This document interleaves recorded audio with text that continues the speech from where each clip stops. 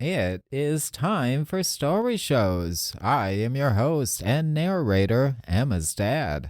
I have a story for you. It is Arthur's Perfect Christmas, and it's by Mark Brown, author and illustrator. It was 3 days before Christmas, and Arthur wanted everything to be just right. There would be lots of snow, the perfect tree, and a delicious turkey dinner. DW could only think about all the presents she wanted. "Arthur," she said, "help me write to Santa. I want Tina the talking tabby at the top of the list." At school the next day, Muffy was very excited. "My big Christmas party is tomorrow," she announced.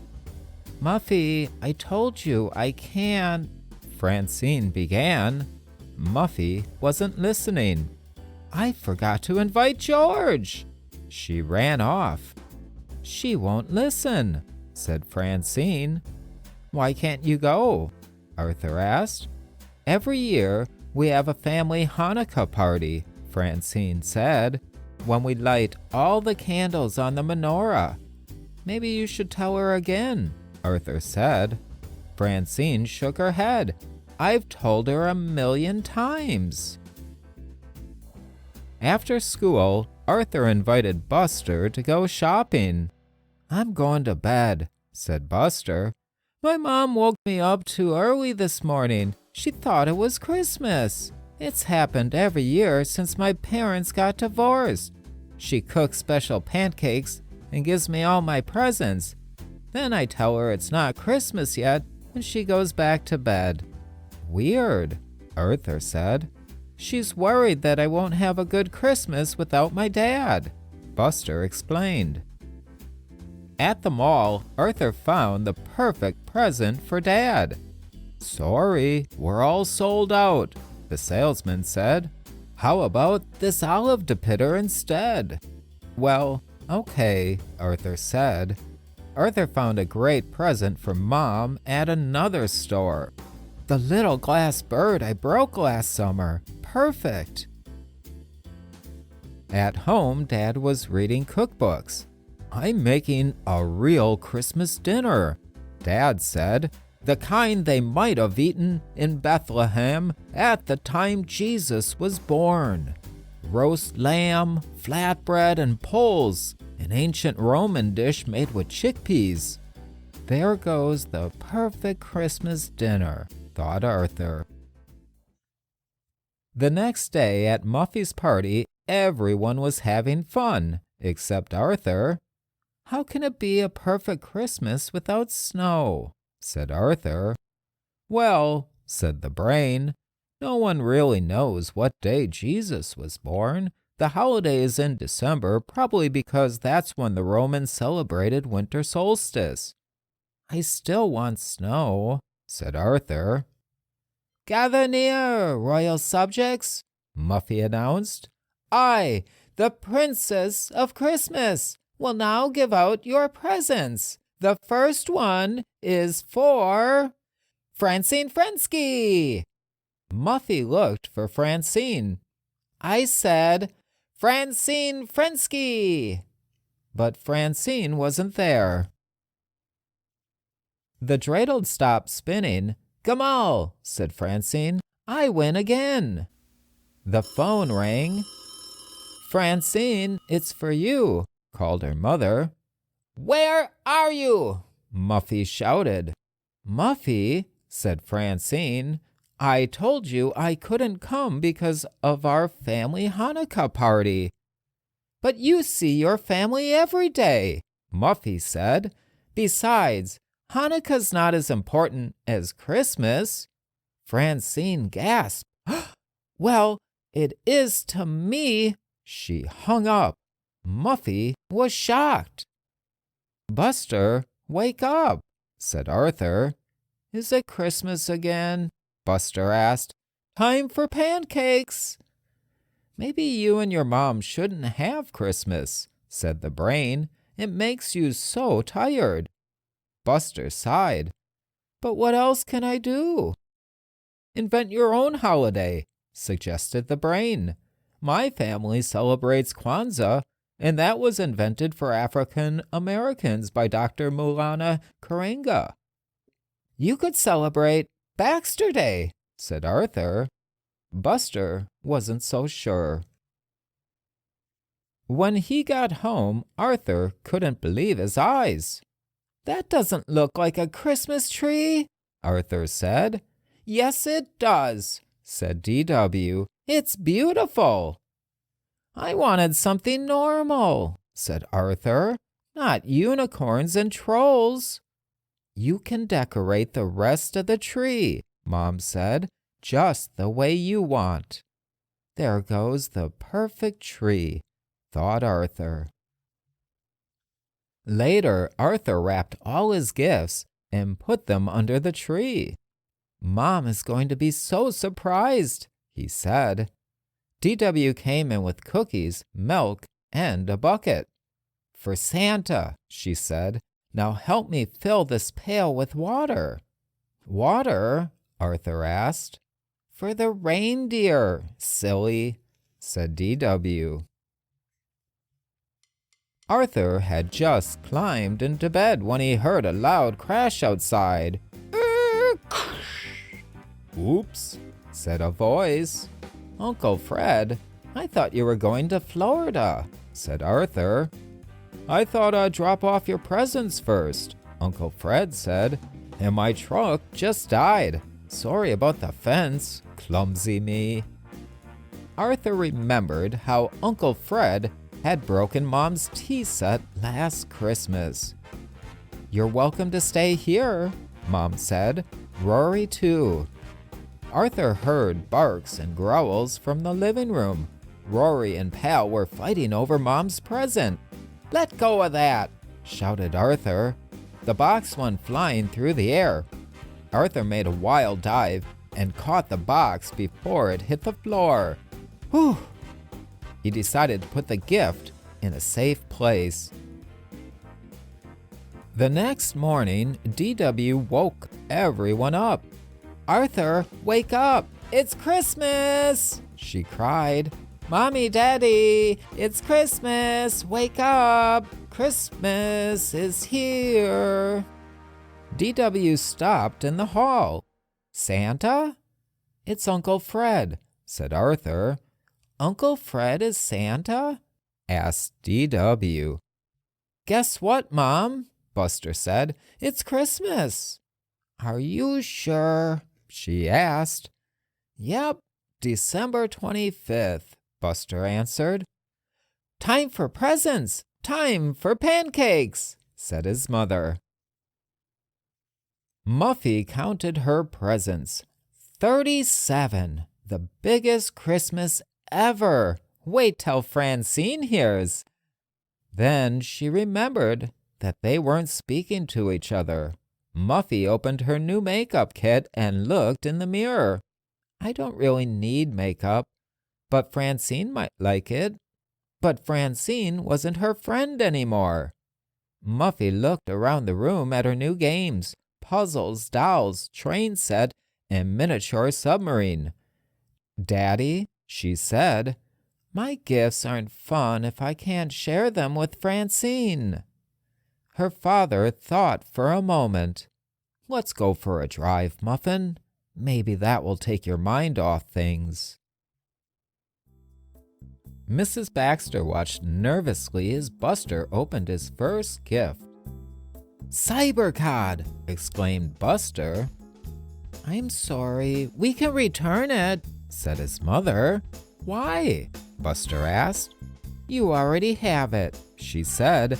I just saw it in your room. No, Buster explained. That's Techno Trout. Just then, Buster smelled smoke. The pancakes! They dashed into the kitchen. They're burnt, said Buster's mother. I'm sorry. It's okay, Mom, said Buster. I like them kinda brown, black. Let's open presents, said D.W. I bet Tina is in this one. Wait, don't start without me. Arthur ran upstairs to get Mom's gift. He reached up into the closet, but he was so excited that, crack! Arthur quickly opened the box. The glass bird was broken.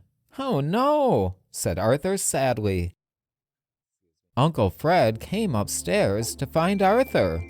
"Everybody's waiting. What's wrong?" "I broke Mom's present," said Arthur. "It was the perfect gift, and now it's ruined." "That's a shame," said Uncle Fred.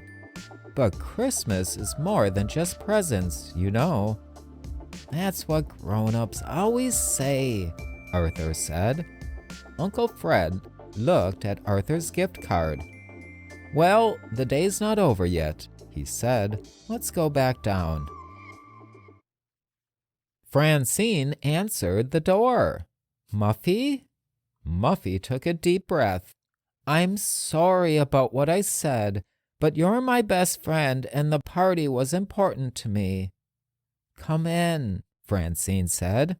"I want to explain why Hanukkah is important to me."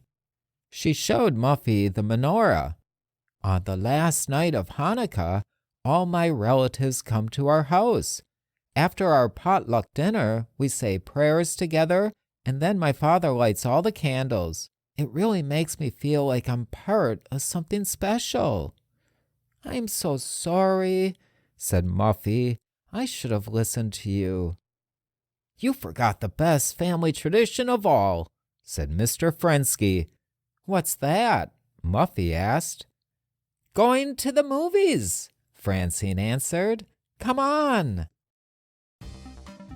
"Another Veginator," said Dad. "That makes 4. DW had one present left.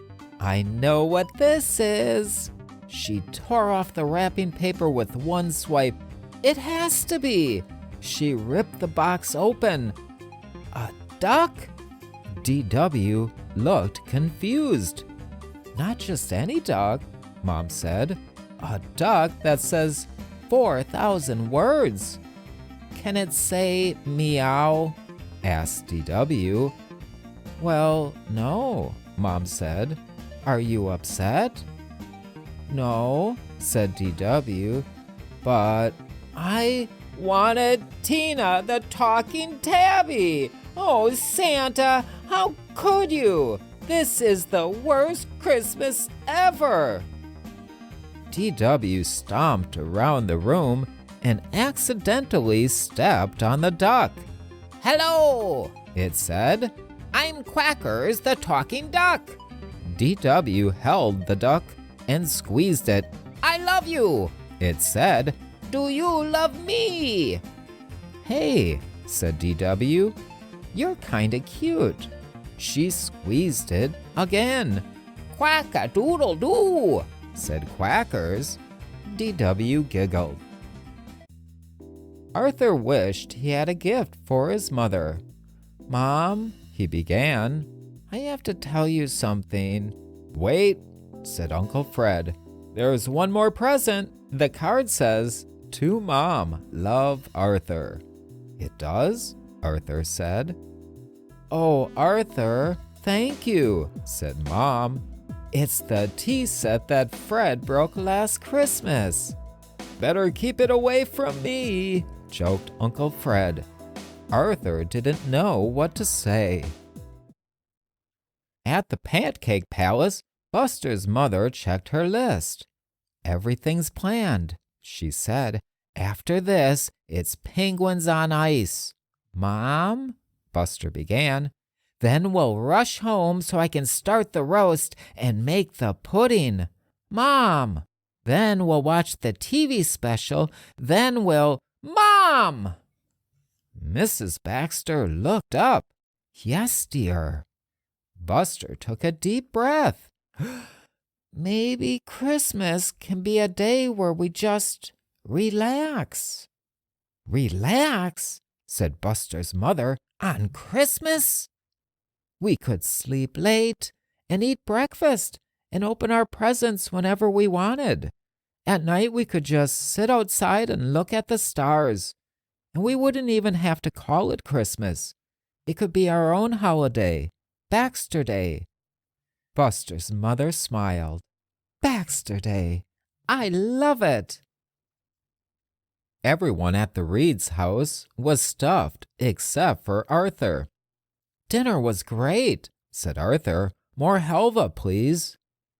Arthur, I love this olive depitter, said Dad. It's so useful. Good news, said Uncle Fred. My truck is fixed, so Rory and I will be going to Florida after all. Arthur and Uncle Fred went to get his suitcase. The tea set was your present for Mom, wasn't it? Arthur asked him. Yes, Uncle Fred answered, but it was a lot nicer coming from you. Everyone waved goodbye.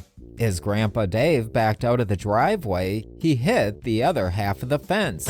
It fell over with a crash. Whoops, called Grandpa Dave. Sorry. Mom sighed. Like father, like son. Later, when Arthur went outside, he was amazed. It's snowing! He shouted. This is a perfect Christmas! Arthur Reed, DW yelled. You'd better come inside before you catch pneumonia. Do you still like Santa? Arthur asked. He didn't give you what you wanted. Of course, said DW. He knew I'd like Quackers better than Tina. She hugged Quackers. Quickety, quackety, doodle doo. You love me and I love you. He can say 4,000 words and I want you to hear all of them, said DW. Oh no, Arthur groaned.